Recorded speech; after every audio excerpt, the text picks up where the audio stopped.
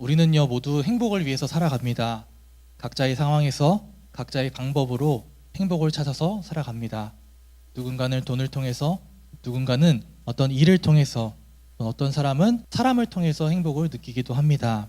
아마 행복하고 싶지 않은 사람은 없을 것 같습니다. 슬픔 속에 살아가고 싶은 사람 또한 없을 것입니다. 우리는 모두 행복하고 싶습니다.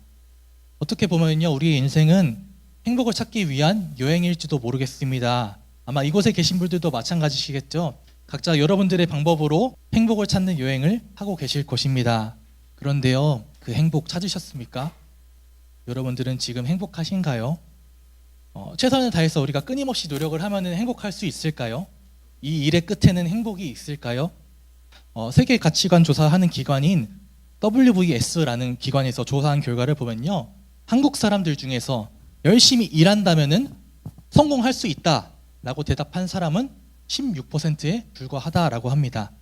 나머지 이제 84%는 아무리 노력을 해도 행복할 수 없다라고 생각을 하면서 살아가고 있습니다. 다른 나라의 조사에 보면요, 압도적으로 낮은 수치입니다.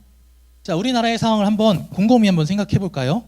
이 나라가 정말 행복의 길로 나아가고 있는 것처럼 보이시나요? 예전에 비해서 돈은 많이 버는데 사람들은 불행해지고 있습니다. 지식의 수준은 높아지고 있는데 사람들은 악해져 가고 있습니다. 행복과는 전혀 먼 길로 가는 것이 이 나라의 현실입니다. 자, 유튜브에서 대한민국이 망해가는 이유에 대해 통계적으로 분석한 콘텐츠를 보았습니다. 그 분석의 결론은 한 문장으로 요약할 수 있었습니다. 우리나라가 왜 행복하지 못할까요? 이 콘텐츠에서는 이 통계를 통해서 존재보다 소유를 사랑하기 시작했다라고 이야기를 합니다. 존재를 사랑해야 되는데 소유를 사랑하기 시작했대요. 소유를 중요시하는 삶은 돈과 명예, 가진 것들, 환경과 상황을 중요하게 생각하는 삶입니다. 그런데 그 반대로 존재를 중요시하게 되는 삶은 상황이 아니라 사람을 중요하게 생각하는 삶, 그리고 사람 그 자체를 사랑해주는 삶입니다. 그 사람이 어떤 위치든지 어떠한 상황이든지 상관없이 사랑하는 게 존재적인 사랑입니다. 그런데요, 이 사회가 돈이 많아야 존경받는 사회, 좋은 직장과 좋은 집을 가져야만 존경받는, 그리고 사랑받는 사회가 되어버렸습니다. 존재적인 사랑이 아니라 가치에 따라 사람을 사랑하고 있습니다.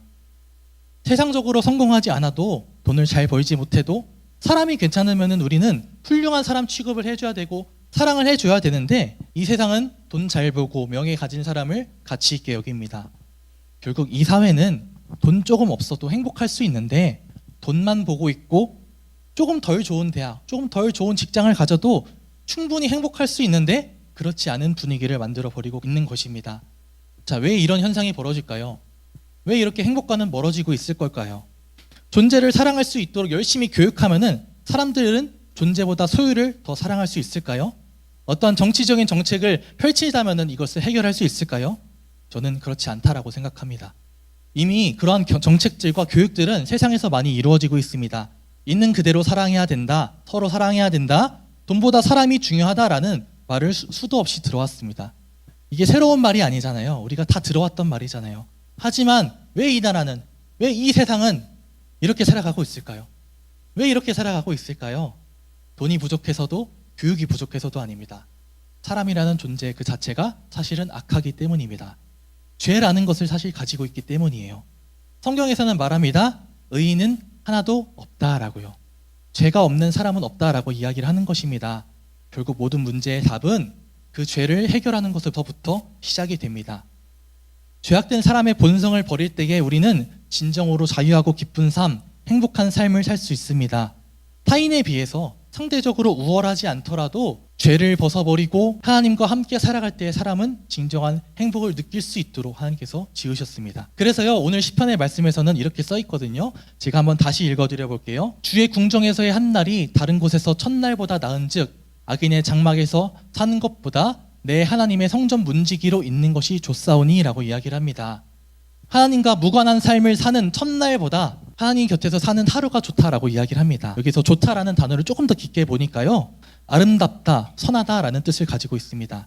그리고 천이라는 단어는요, 그저 숫자적인 천을 이야기하는 것이 아니라 일생의 모든 날을 의미하는 단어입니다.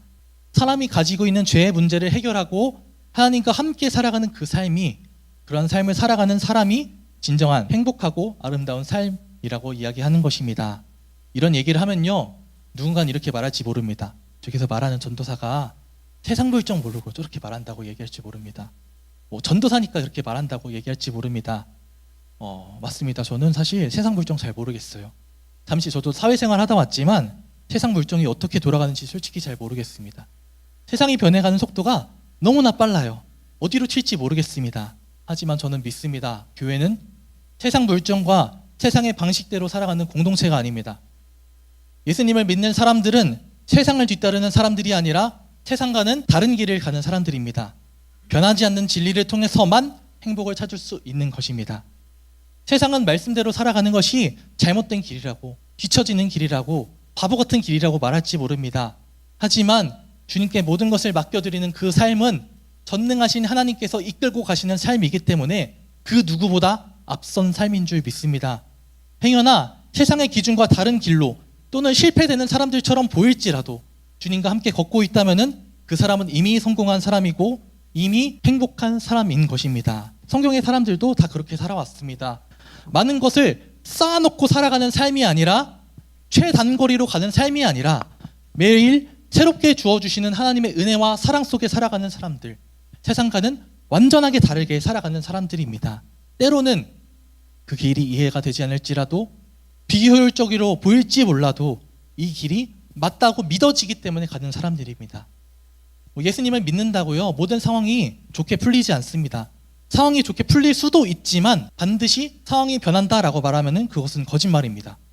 하지만 예수님을 믿음으로 분명하게 달라지는 한 가지가 있다면 나 자신이 변하는 것입니다. 세상은 그대로지만 나 자신이 변하니까 세상이 달라지는 겁니다. 하나님과 함께 살아감으로 인해 아픔과 슬픔만 가득했던 이 세상이 소망을 가질 수 있는 세상이 되고 희망을 가질 수 있는 세상이 되는 것입니다. 사실 이런 거요, 오늘 전도축제잖아요. 이런 거 한다고 저에게 좋은 거 하나도 없거든요. 아무리 많은 사람 온다고 해도 인센티브 받는 거 아닙니다. 할 게 이거 아니고도 굉장히 많습니다. 어떻게 보면요, 사서 고생하고 있어요, 저는 지금. 그리고 저는 언젠가 이 교회를 떠날 사람입니다.